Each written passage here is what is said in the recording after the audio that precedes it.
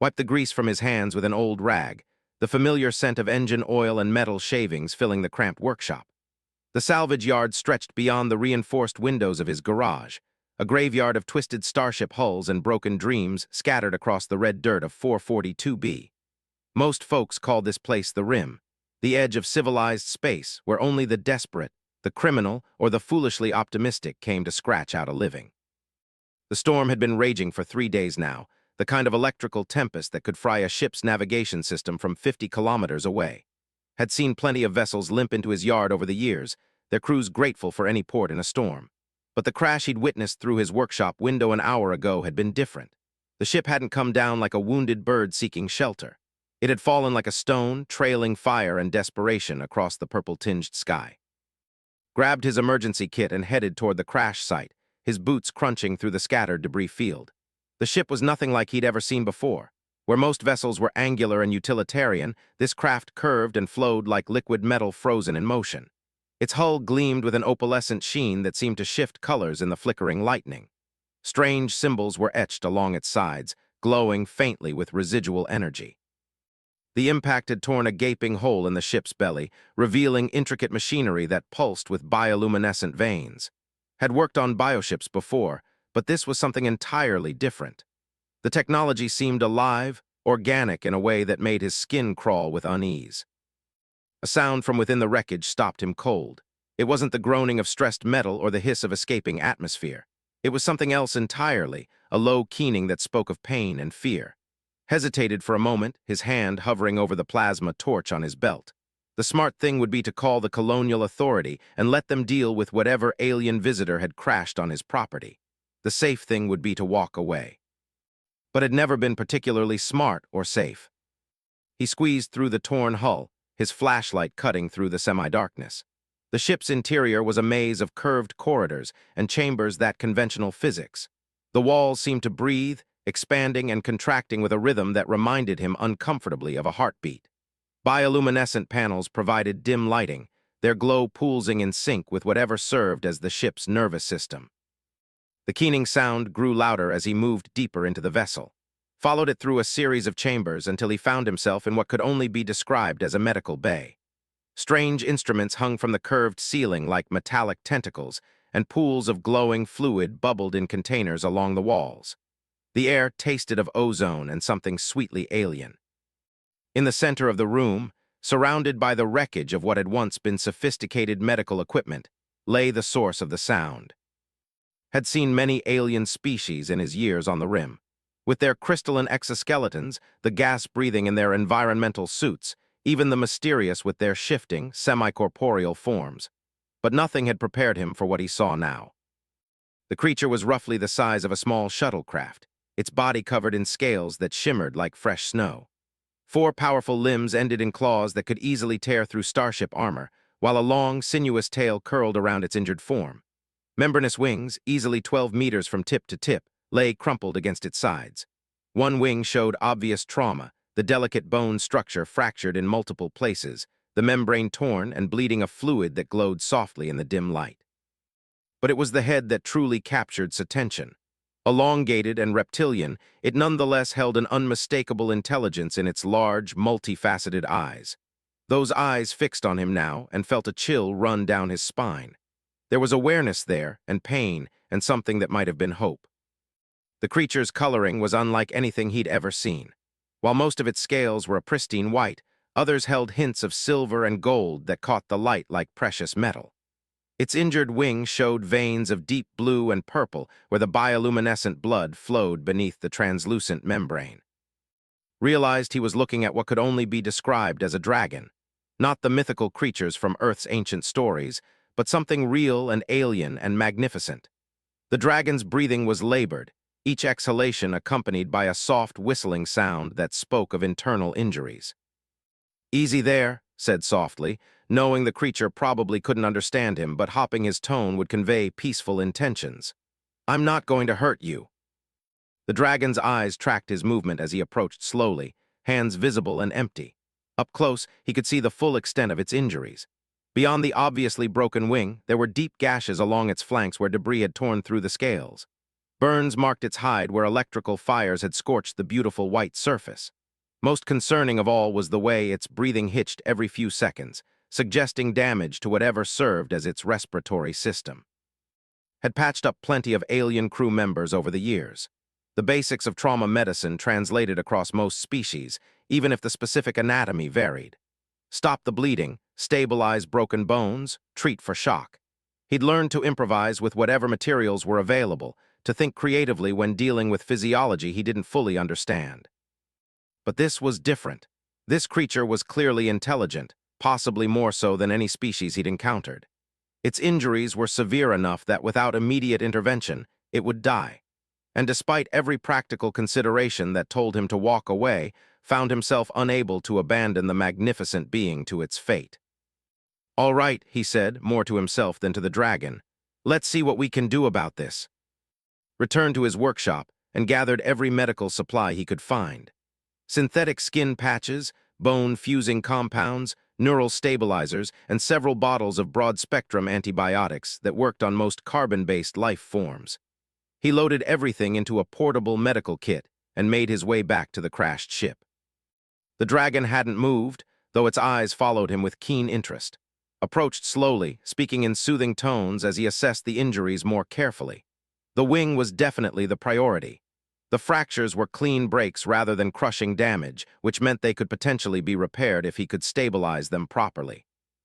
Working on the wing required getting uncomfortably close to those massive claws, but the dragon seemed to understand his intentions.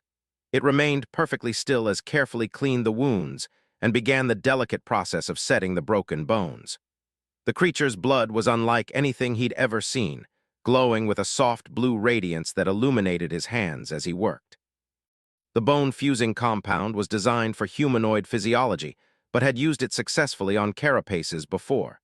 He applied it carefully to the fracture points, watching as the advanced nanomedicine began to knit the alien bone structure back together. The dragon's breathing grew steadier as the wing stabilized, though could tell it would be weeks before the creature could fly again. Next came the gashes along the dragon's flanks. These were deeper than they'd initially appeared, cutting through layers of scale and the tough hide beneath. Cleaned them thoroughly and applied synthetic skin patches, programming them to match the dragon's unique physiology as closely as possible. The patches would hold until the natural healing process could take over, assuming the creature's biology worked anything like what he was familiar with. Throughout the entire process, the dragon watched him with those incredible eyes. There was something profoundly moving about the trust it was showing, allowing this strange alien to tend to its wounds. Found himself talking to it as he worked, explaining what he was doing even though he knew it couldn't understand. "This might sting a bit," he said, as he injected the neural stabilizers near what he hoped were the creature's major nerve centers. "But it should help with the pain." The dragon's response was immediate. Its breathing became less labored, and the tension in its massive frame seemed to ease. Those multifaceted eyes blinked slowly, and for a moment could have sworn he saw gratitude in their depths. The work took hours. By the time had finished treating all the visible injuries and stabilizing the dragon's condition, the storm outside had begun to abate. Lightning still flickered across the purple sky, but the worst of the electrical interference was passing. Sat back on his heels, exhausted but satisfied with his work. The dragon's condition had stabilized. Its breathing was strong and regular now, and the bleeding had stopped completely. The wing would need time to heal, but the fractures were setting properly. Given time and rest, the magnificent creature would recover fully. "There," said softly, "that should do it, you're going to be fine." The dragon's response surprised him. It lifted its great head and fixed those intelligent eyes on his face. Then, slowly and deliberately, it lowered its head until its snout nearly touched its hand. The gesture was unmistakably one of gratitude, a formal acknowledgement of the debt it owed. Reached out tentatively and touched the smooth scales of the dragon's snout. They were warm to the touch and surprisingly soft, nothing like the cold reptilian hide he'd expected.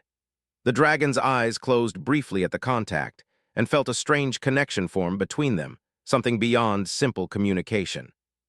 "You're welcome," he said quietly. Over the next several days, found himself returning to the crashed ship regularly to check on his patient. The dragon's recovery was remarkable. Its natural healing abilities far exceeded anything he'd seen before. The synthetic skin patches were already being absorbed and replaced by new scale growth, and the wing was showing signs of renewed strength. More interesting was the dragon's obvious intelligence. It watched every move with keen attention and seemed to be learning from observing his behavior.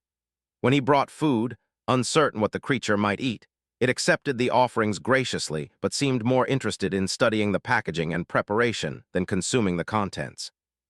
Began to suspect that the dragon was learning his language. It tilted its head when he spoke, and its eyes seemed to track specific words with increasing recognition. When he said wing while examining the healing appendage, the dragon would flex the injured limb slightly. When he mentioned food, those great eyes would turn toward the offerings he'd brought. On the 5th day, something extraordinary happened. Was checking the bone-fusing compound's progress when the dragon spoke. The sound that emerged from its throat was unlike anything in human vocal range, a complex harmonic that seemed to resonate in frequencies both above and below normal hearing. But within that alien vocalization, heard something that made his blood run cold with recognition. "Thank you." The words were clearly pronounced, though filtered through an alien vocal apparatus that gave them an otherworldly quality. But they were unmistakably English, spoken with careful precision that suggested great effort and concentration. Nearly dropped his medical scanner. "You can speak." The dragon's eyes fixed on him with what might have been amusement. "Learning," it said, the word carefully formed. "Watching you, listening." "How long have you been able to understand me?" "Since beginning, my people. We learn quickly, languages are, patterns can be understood." Sat back, his mind reeling. He'd been caring for an injured alien, yes, but he'd assumed it was simply an intelligent animal. The reality was far more profound. This was a sapient being, possibly representing an entirely unknown species, and it had been studying him just as intently as he'd been caring for it. "What's your name?" asked. "What are you called?" The dragon considered this for a moment. "Names are difficult. My designation translates poorly, but you may call me." It paused, searching for the right combination of sounds. "It is close enough." It repeated, "I'm." Repeated, and somehow the alien pronunciation made his simple human name sound like something ancient and significant. "You saved my life. This is not a small thing among my people." "Anyone would have done the same," said, though he knew it wasn't true. "Most salvagers would have called the authorities or tried to strip the ship for valuable technology. Very few would have risked their safety to help an unknown alien." "No," said firmly, "not anyone. You chose compassion over profit. You chose risk over safety. You chose to see a living being in pain rather than a potential threat. These are not common choices, even among my own people." Felt uncomfortable with the praise. "You were hurt. I know basic trauma medicine. It wasn't that complicated." His great head tilted in what was beginning to recognize as amusement. "You worked for hours to save a creature you had never seen before, whose biology you did not understand, who could have killed you with a single swipe of claw or tail. You spoke to me with kindness when you thought I could not understand. You brought food and comfort when you believed I was merely an animal. This tells me much about your character." The conversation continued for hours as command of English rapidly improved. Learned that the dragon's people were called the Draconic Imperium, an ancient civilization that had been exploring the galaxy for. Was a scout, sent to investigate reports of unusual technological signatures in this sector. "Your species is new to us," explained. "But the reports suggested rapid technological advancement and expansion. My mission was to observe and assess." "And what's your assessment?" asked, curious despite himself. Those multifaceted eyes fixed on him with an intensity that was both unsettling and oddly comforting. "Inconclusive. I have encountered only one human, but that human has shown qualities that suggest great potential. Compassion, intelligence, adaptability. These are valuable traits in any species." Felt a flush of pride, followed immediately by embarrassment. One person isn't representative of an entire species. "Perhaps not," agreed. "But individuals shape the character of civilizations. Your choices today may influence how my people view humanity for generations to come." The weight of that responsibility was staggering. Had simply done what felt right, helping an injured being regardless of its species or origin. He'd never imagined that his actions might have diplomatic consequences on a galactic scale. As strength returned over the following days, the dragon began to move around the crashed ship.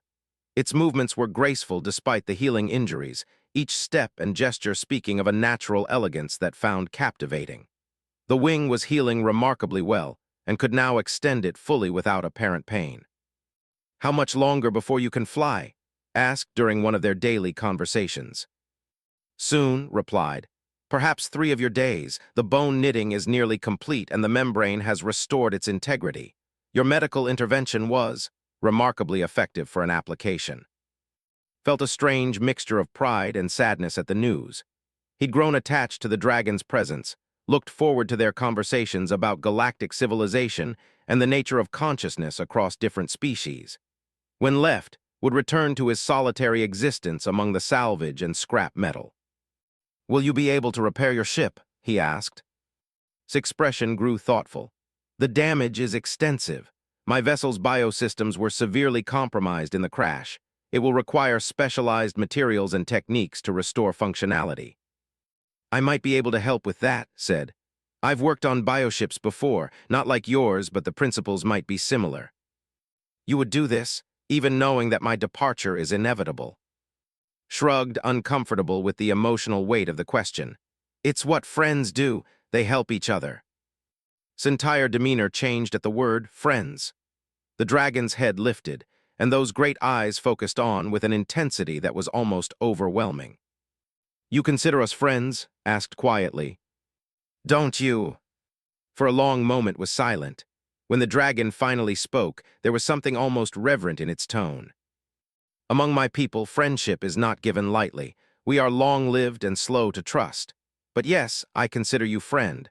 More than friend, perhaps. You have given me the greatest gift one being can give another. Which is life itself and the choice of what to do with it." Working together to repair ship proved to be one of the most fascinating experiences of life. The dragon's biotechnology was unlike anything in human science, but the underlying principles were surprisingly similar to mechanical systems understood. Where human ships relied on metals and composites, this vessel used living materials that could adapt and evolve to meet changing needs. The ship's heart was a massive organ that served as both power source and control center. The electrical storm had damaged its neural pathways, leaving it in a kind of technological coma. Worked alongside to carefully rewire the damaged connections, using techniques that blended surgery with electrical engineering. "Your approach is intriguing," commented as installed a bypass circuit around a particularly damaged nerve cluster. "My people would have grown replacement tissue and grafted it in place. Your solution is more mechanical but equally effective." "Different species, different solutions," replied. "The important thing is that it works."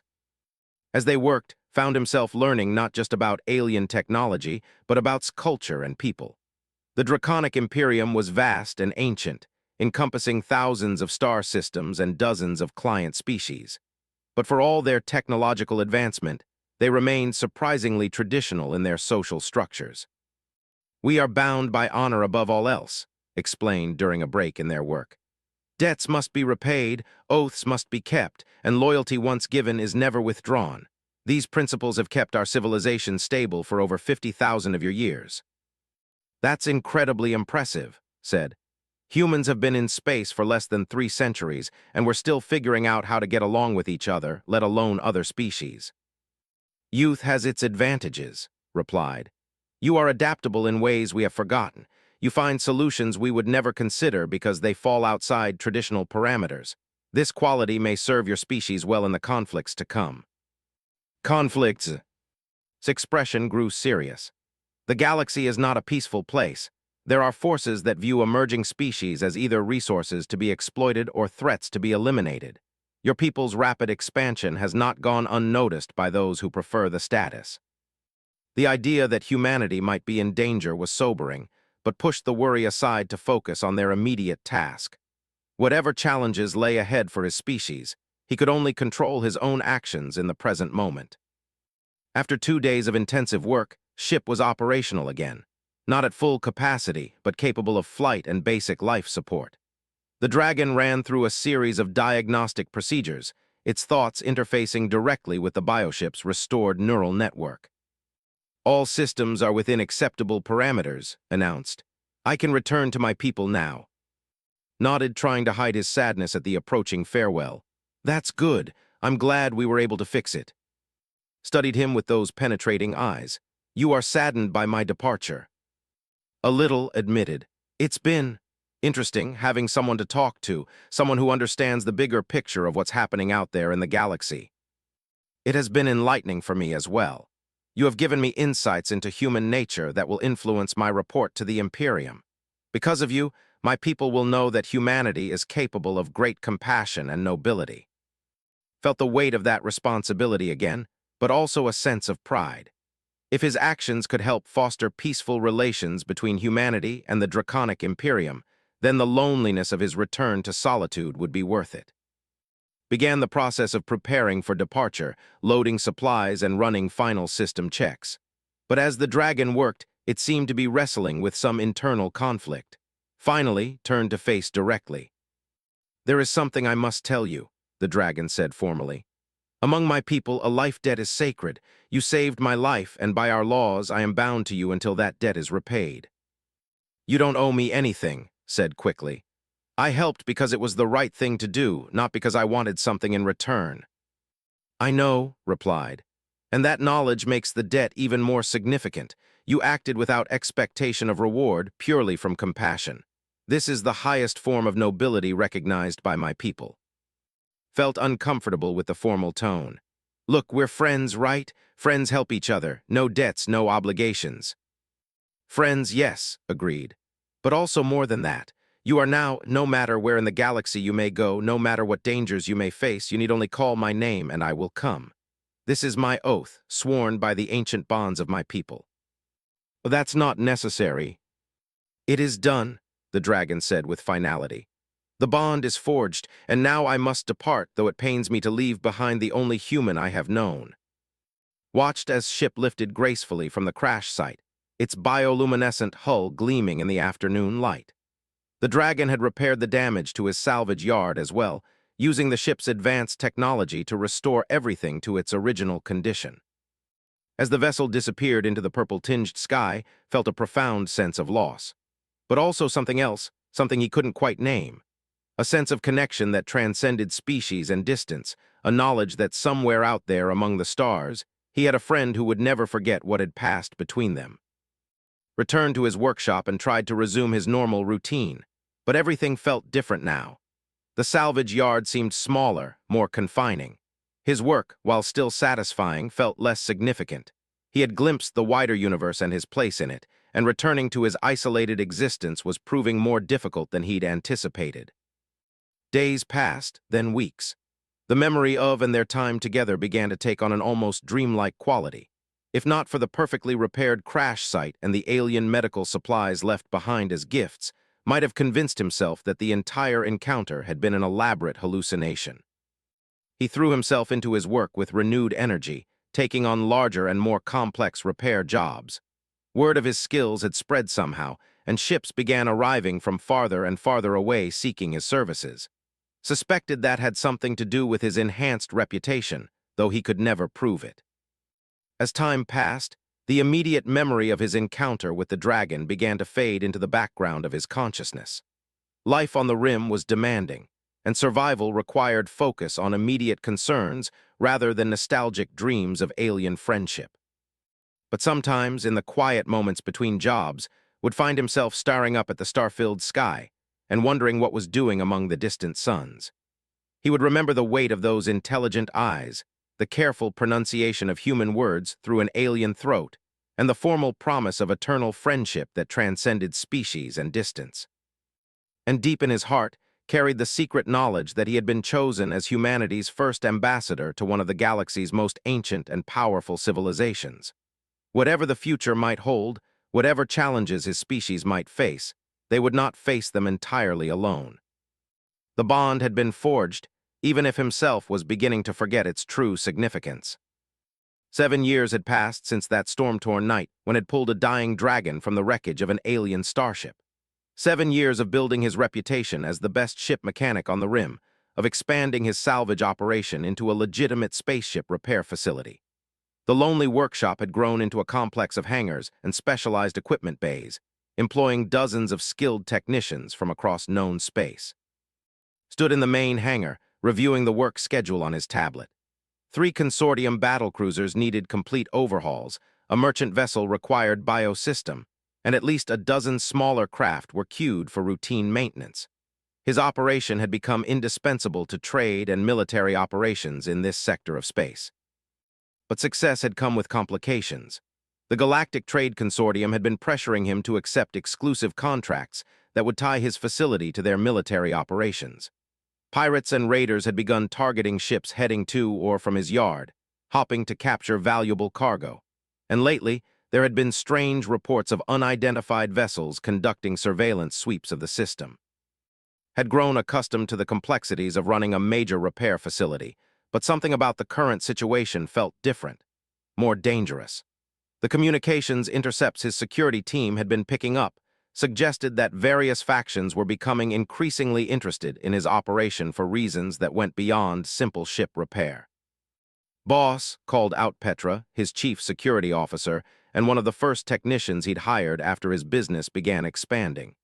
"We've got an incoming ship requesting emergency landing clearance. Big one by the sensor readings." Looked up from his tablet. "Military. Unknown configuration," Petra replied, her expression troubled. "It's not matching any ship profiles in our database, and it's not responding to standard hails, just broadcasting emergency codes." Felt a strange chill run down his spine. Something about the situation reminded him of another crash landing years ago, though he couldn't quite place why. "Clear Landing Bay 7 for emergency protocols. Full medical and engineering teams on standby." "Already done," Petra said, "but there's something else, the ship's energy signature. It's unlike anything I've seen before, almost organic." The words triggered a memory that had buried deep in his subconscious. Organic energy signatures, bioships, a crash landing during an electrical storm, but the memory remained frustratingly vague, like trying to recall a half-forgotten dream. Made his way to Landing Bay 7, arriving just as the unknown vessel descended through the facility's atmospheric shields.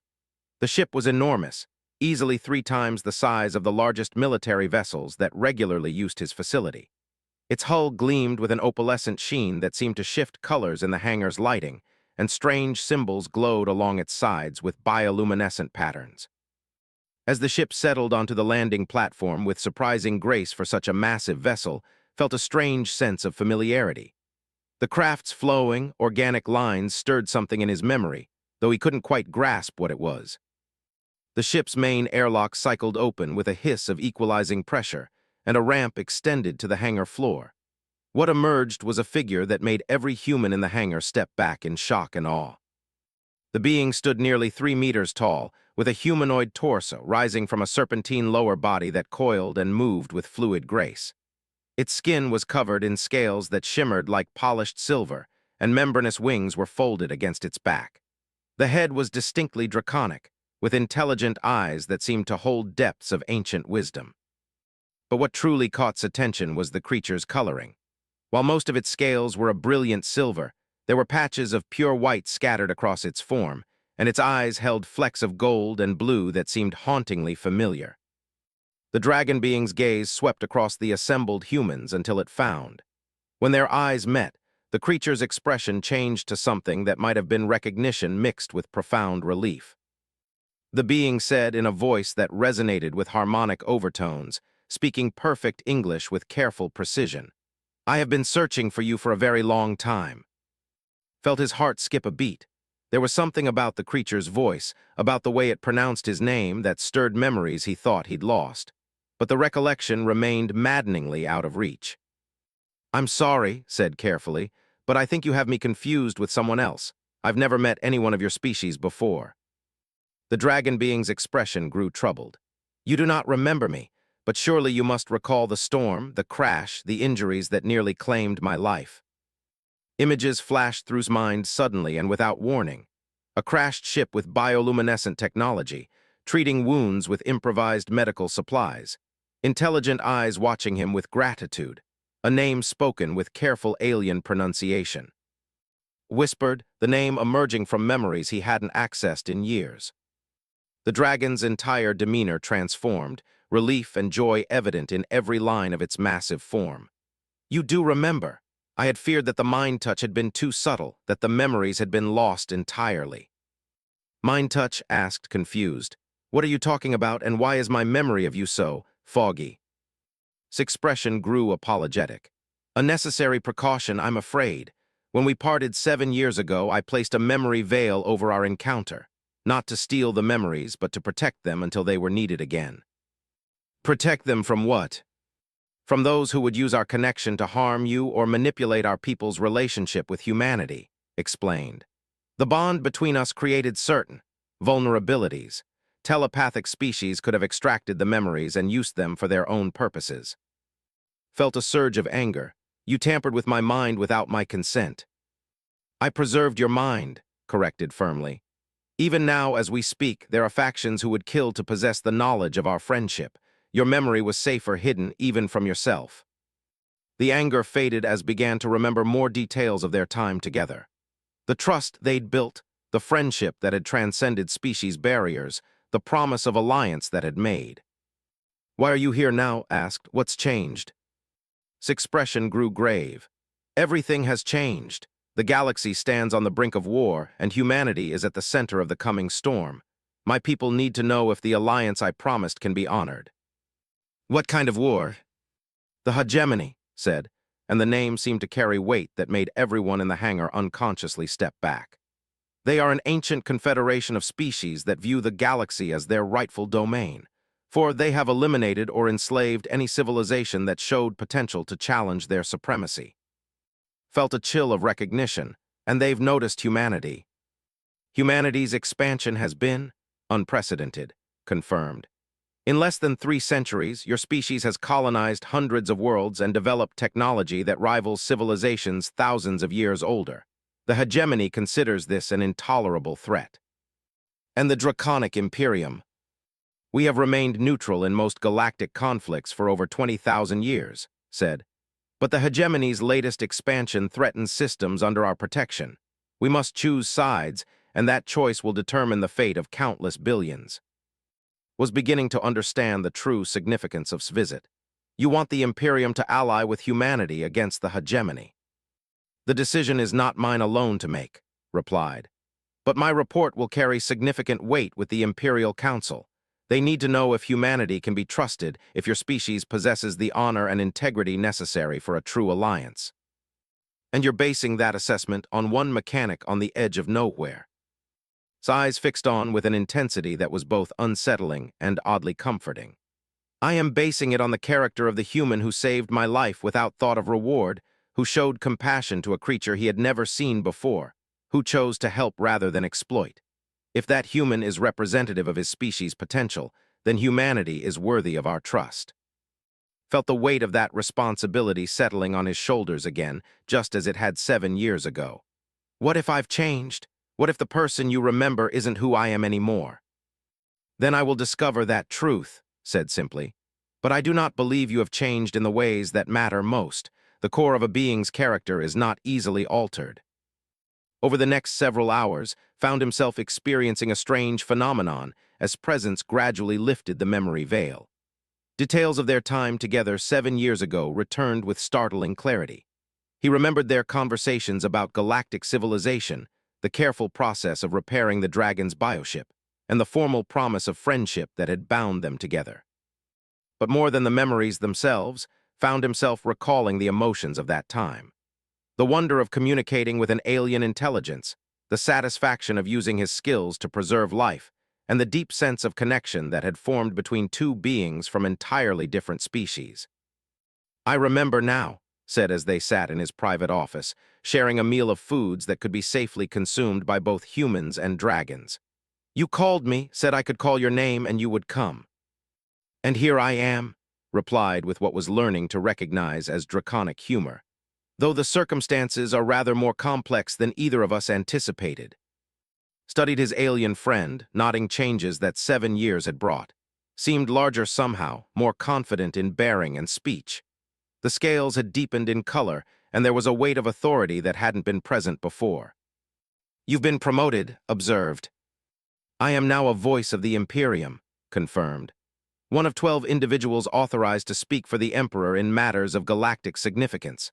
My report of humanity's character helped shape our initial policies toward your species. And what were those policies? Cautious engagement, limited trade agreements, observation without interference. Paused. But circumstances have forced us to reconsider that approach. The hegemony's movement suggests they are preparing for a major offensive against the human colonies. If we are to act, it must be soon. Leaned back in his chair, trying to process the implications. You're talking about a galactic war.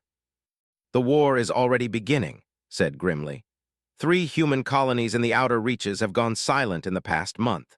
Merchant vessels are disappearing along the trade routes, and our intelligence networks report massive hegemony fleet movements toward human space. The scope of the threat was staggering. Had always known that humanity was young and vulnerable compared to the ancient civilizations that dominated the galaxy, but he'd assumed that Earth's distance from the galactic core provided some protection. What can one repair facility on the rim possibly do against something like that? Asked. His expression grew intense. More than you realize, this facility has become a crucial hub for human military and commercial operations in this sector, but more importantly, you have become a symbol. A symbol of what? Hope, unity, the possibility that different species can work together for mutual benefit. Gestured toward the hangar where diverse workforce was continuing their repairs on ships from a dozen different species. Look at what you have built here. Humans, even some of the minor species, work side by side. This is unprecedented in galactic history. Had never thought of his hearing practices as particularly revolutionary. He simply employed the best people for each job, regardless of their species. But seeing it through his eyes, he began to understand how unusual such cooperation might appear to beings from more stratified civilizations. The hegemony's power comes from keeping species isolated and suspicious of each other, continued. They exploit fear and prejudice to maintain their dominance. What you have created here represents the opposite philosophy entirely. But it's just a repair facility, protested. So was the first human settlement on Luna just a collection of prefabricated modules, replied. Yet it became the foundation for humanity's expansion to the stars. Great changes often begin with simple actions that seem insignificant at the time. As if summoned by their conversation, Petra entered the office with a concerned expression. We're receiving priority communications from Consortium Command. They want to speak with you personally, and they're not taking no for an answer. Exchanged glances with, what's the nature of the communication? They're requesting that you accept an exclusive contract for military vessel maintenance, Petra said. Full government backing, unlimited resources, but complete exclusivity. No more civilian work, no more non-consortium ships. In other words, said quietly, they wish to monopolize your facility for their own purposes. Felt a flash of anger. They can't just dictate how I run my business. Actually, they can, Petra said grimly. They're invoking emergency war powers. If you refuse the contract, they can seize the facility under military necessity provisions. The timing was too convenient to be coincidental, looked at with growing suspicion. Did you know this was going to happen? I suspected it might, admitted. Your facility's strategic importance has not gone unnoticed by various factions. The consortium sees an opportunity to secure a crucial asset, but their offer comes with significant costs. Such as complete dependence on consortium protection and resources, loss of autonomy, and most importantly, the end of your facility's role as a neutral meeting ground for different species and factions. Stood and walked to the window overlooking the main hangar. Below, his diverse workforce continued their tasks with the same professional dedication they'd always shown. The idea of losing that independence, of becoming just another military contractor, was deeply disturbing. What if I refuse? He asked. Then you will face significant pressure from human authorities, replied, and you will need allies who can provide alternative protection and resources. The implication was clear, turned back to face his alien friend. You're offering an alternative. I am offering a choice, corrected. The Draconic Imperium could provide protection and support for your facility's continued independence, but such an arrangement would require formal recognition of the bonds between us. What kind of bonds? His expression grew formal. a treaty of mutual assistance between the Imperium and the Collective. The Collective. Your facility, your people, the network of relationships you have built. In our law, such an organization constitutes a legitimate political entity worthy of treaty recognition. Felt overwhelmed by the implications. You're talking about making me some kind of head of state. You already are the head of state, pointed out. You make decisions that affect hundreds of people from multiple species. Your choices influence trade and military operations across several star systems. The only question is whether you will continue to exercise that authority independently or surrender it to others. The communication panel chimed again, indicating another priority message from Consortium Command. Ignored it, his mind racing through the possibilities and consequences of the choice before him. If I accept the Imperium's offer, he said slowly, what would that mean for humanity as a whole? It would demonstrate that humans are capable of honoring their commitments and building lasting alliances, replied. It would provide a foundation for formal diplomatic relations between our civilizations, and it would send a clear message to the hegemony that humanity is not isolated and vulnerable. Thought about the trust had shown him 7 years ago, lying injured and helpless while a strange alien tended to its wounds. He thought about the friendship that had grown from that encounter and the formal promise of alliance that had been made. What do you need from me? He asked. His relief was palpable. A formal declaration of independence from human governmental authority, recognition of the Collective as a sovereign entity, and ratification of our mutual assistance treaty. These documents will need to be transmitted to both human and Imperium authorities within the next 24 hours. And then we prepare for war, said grimly. Because once the Consortium realizes they have lost access to your facility, they will attempt to retake it by force. And when the hegemony learns of our alliance, they will mark both our civilizations for destruction. Felt the weight of destiny settling on his shoulders. 7 years ago, he had made a simple choice to help an injured being. Now that choice was shaping the political landscape of the galaxy. Petra, he called to his security chief. Call a general assembly of all department heads. We have some major changes to discuss. As Petra left to carry out his orders, turned back to, you know this is insane, right? One repair facility declaring independence from the entire human government. Many great ventures begin with acts that others consider insane, replied. But you are not truly alone in this. The bonds of friendship and alliance run deeper than political boundaries. You will have more support than you realize. Over the next several hours, found himself in the surreal position of explaining to his senior staff that their repair facility was about to become an independent nation. To his surprise, the reaction was largely positive. Many of his employees had grown frustrated with increasing government regulation and military pressure. The promise of continued independence and Imperium protection was appealing to beings who had chosen to work on the Rim specifically to avoid such constraints. The formal documents were drafted with assistance, drawing on both human legal traditions and Imperium treaty protocols. The Collective was officially established as a sovereign entity dedicated to peaceful cooperation between all sapient species.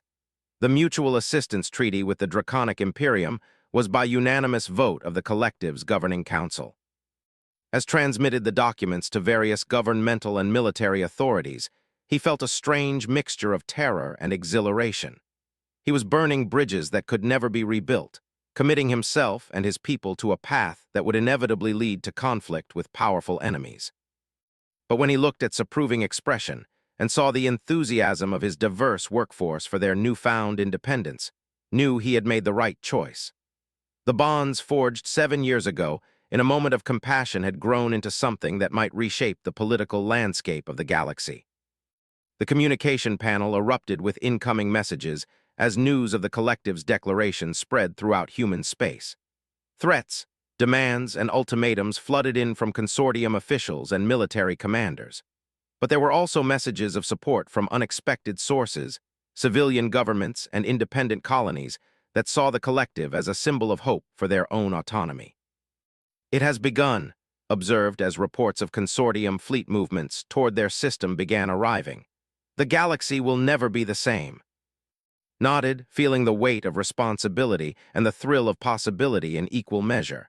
Whatever came next, He would face it with allies who understood the true meaning of honor and friendship. The bonds between different species could overcome the forces that sought to divide them.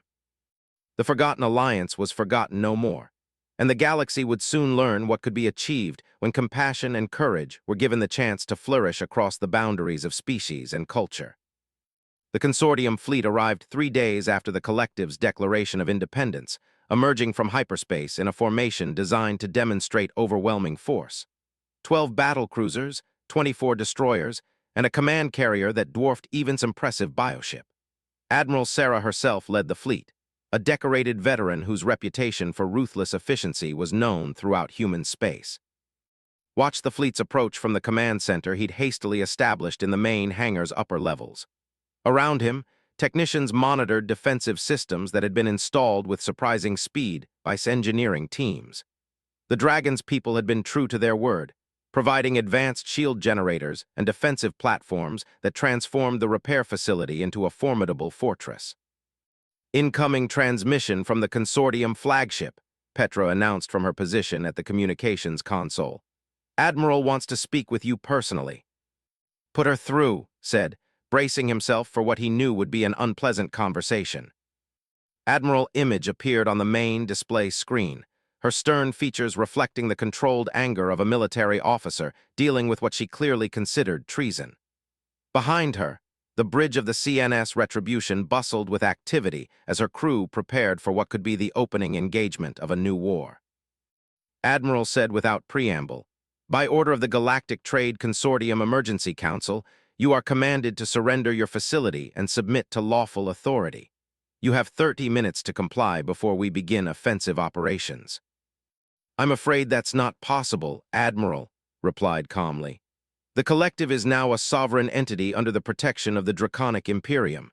Any attack on this facility would constitute an act of war against the Imperium." Admiral expression hardened. "You're hiding behind alien protection to betray your own species. Do you have any idea what you're risking? The security arrangements that have kept humanity safe for decades could collapse because of your selfish actions." "I'm ensuring that humanity has allies when the real threats emerge," countered. "The hegemony is already moving against human colonies. We need friends, not masters." "The hegemony is a fairy tale used to justify military budgets," Admiral snapped. "The real threats are right here, right now. Alien influences corrupting human judgment, undermining human unity." Felt a flare of anger at the casual dismissal of the threat had described. 3 colonies have gone silent in the past month. Merchant vessels are disappearing. How much evidence do you need? "Isolated incidents blown out of proportion by alien propaganda," Admiral replied. "The only confirmed threat to human security is standing right in front of me." The Admiral's image leaned forward, her expression becoming more intense. "I've read your file. You're not a politician or a revolutionary. You're a mechanic who built something impressive out of nothing. Don't throw that away because an alien told you some scary stories." "The alien in question saved my life 7 years ago," said quietly. "And I saved theirs. That bond means something, Admiral. It means that cooperation between species is possible." "Cooperation, yes. Subordination, no." Admiral tone became pleading. "Come back to us. Renounce this independence nonsense, accept the exclusive contract, and we can work together to make your facility everything it could be. Under Consortium control. Under human control, where it belongs." Looked around the command center at the diverse mix of beings working together to coordinate the facility's defenses. Humans, and even a few representatives of minor species that most galactic powers ignored entirely. They worked with the same professional dedication they'd always shown, but now there was something more, a sense of purpose that went beyond simple employment. "I'm sorry, Admiral," said finally, "but I've seen what real cooperation looks like. I won't give that up to become just another cog in the Consortium machine." Admiral expression closed down, becoming the cold mask of a military officer preparing for battle. "Then you've made your choice. When this facility burns, remember that you could have prevented it." The transmission ended, leaving the command center in tense silence.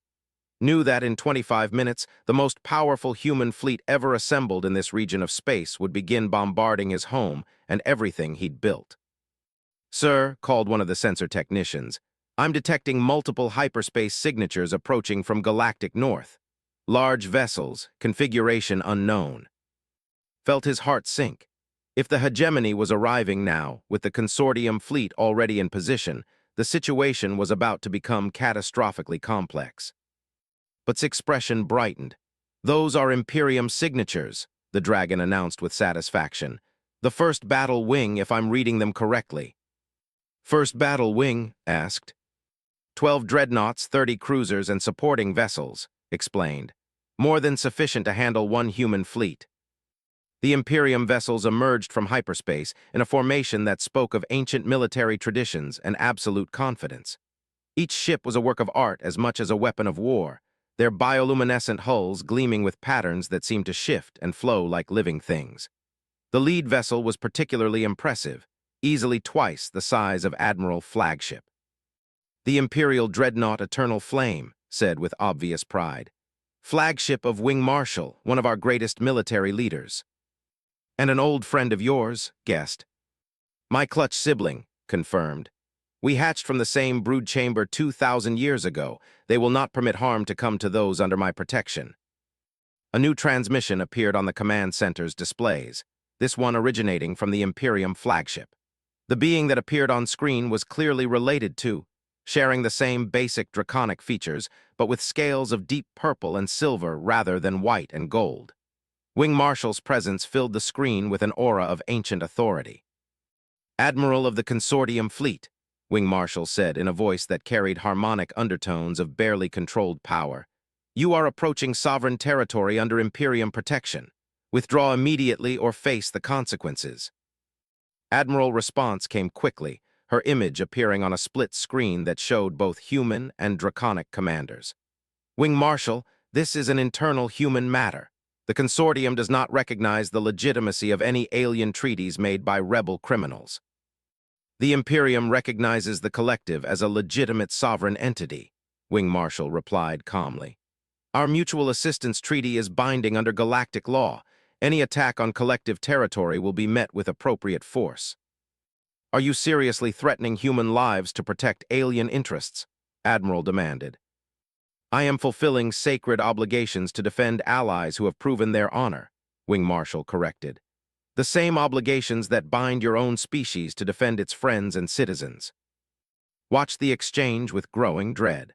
Two of the galaxy's most powerful military forces were facing off over his small facility, and the situation was escalating toward violence that could reshape the political landscape of known space. Wing Marshal said, activating his own communications. "I appreciate the Imperium's support, but I don't want this to become a shooting war. Is there any way to resolve this peacefully?" Wing Marshal's attention focused on with the same penetrating intensity he'd seen in Sgaze. "My clutch sibling has spoken much of your character and achievements. The Imperium honors its commitments, but if you wish to seek a peaceful resolution, we will support your efforts." Admiral expression showed a mixture of hope and suspicion. "What kind of peaceful resolution did you have in mind?" Felt the weight of both fleets' attention focused on him. Thousands of lives hung in the balance, and the future relationship between humanity and the draconic Imperium might be determined by whatever he said next. "A demonstration," said slowly, the idea forming as he spoke. "Admiral, you believe that alien influence corrupts human judgment. Wing Marshal, your people want to see if humanity is worthy of true alliance. Let's settle this in a way that proves the point one way or another." "What kind of demonstration?" Admiral asked warily. "A joint operation against a real threat," explained. "The hegemony forces that have been attacking human colonies. Work together to stop them and see firsthand whether cooperation strengthens or weakens both our species." Wing Marshal's expression showed interest. "You propose a trial by combat against a mutual enemy." "I propose a trial by cooperation," corrected. "Show that humans and dragons can fight side by side effectively. If it works, then the alliance proves its worth. If it fails, then Admiral is right and we should reconsider our relationships." Admiral was quiet for a long moment, clearly weighing the political and military implications of the proposal. Finally, she spoke with the careful precision of a career officer navigating dangerous political waters. "I would need authorization from the Emergency Council," she said. and guarantees that this isn't some kind of trap or manipulation. The guarantee is simple, Wing Marshal said. We fight together against a common enemy or we don't fight at all. Honor demands no less. As the three commanders worked out the details of their unprecedented cooperation agreement, felt a strange mixture of relief and apprehension. He had prevented an immediate war, but the real test was yet to come. The joint human-dragon force would have to prove that cooperation between species was not only possible, but actually more effective than either could achieve alone. The target for their demonstration was identified quickly. Long-range sensors had detected a large hegemony force moving toward the human colony of New Geneva, an agricultural world with over 2 million inhabitants and minimal defenses. The colony would be helpless against the kind of assault fleet the hegemony typically employed against emerging civilizations. Admiral agreed to joint operations under the command structure of the collective, with serving as coordinator between the human and dragon forces. It was a politically necessary fiction that allowed both sides to cooperate without either appearing to surrender authority to the other. The joint fleet that departed from its facility 3 hours later was unlike anything in recorded galactic history. Consortium warships flew alongside Imperium dreadnoughts, their crews working together through hastily established communication protocols. Human tactical doctrine merged with dragon strategic thinking to create hybrid approaches that neither side could have developed alone. Found himself aboard the Imperium flagship, serving as liaison between the two fleets and trying to understand the alien technology that surrounded him. The Eternal Flame was more than just a warship. It was a living organism bred for combat, its biosystems responding to crew commands with an intelligence that bordered on telepathic. Your species' tactical flexibility is impressive, Wing Marshal observed as they reviewed the battle plan. Our simulations suggest the hybrid approach will be 30% more effective than either pure human or pure dragon doctrine. Assuming we can actually coordinate effectively in real combat, Admiral added from her position at the Joint Command Station.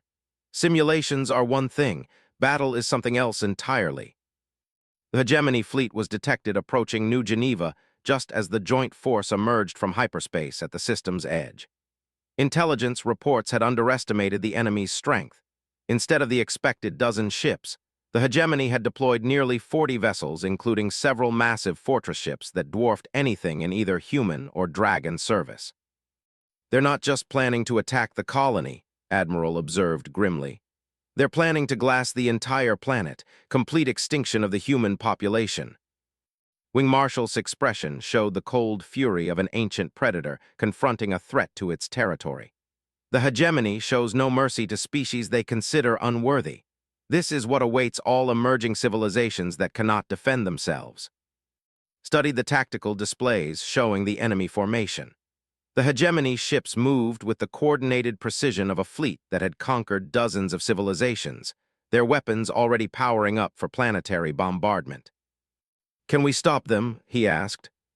Alone, neither of our fleets would have sufficient strength, Wing Marshal admitted. But together we have possibilities.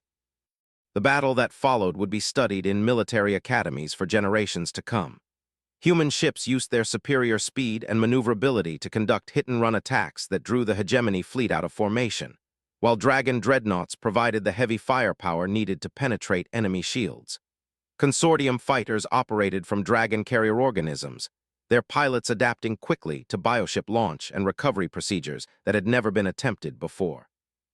Watched from the Eternal Flames command center as the two fleets worked together with increasing effectiveness.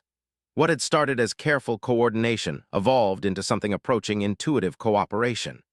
Human crews began anticipating dragon tactical movements, while dragon commanders learned to exploit openings created by human strike tactics.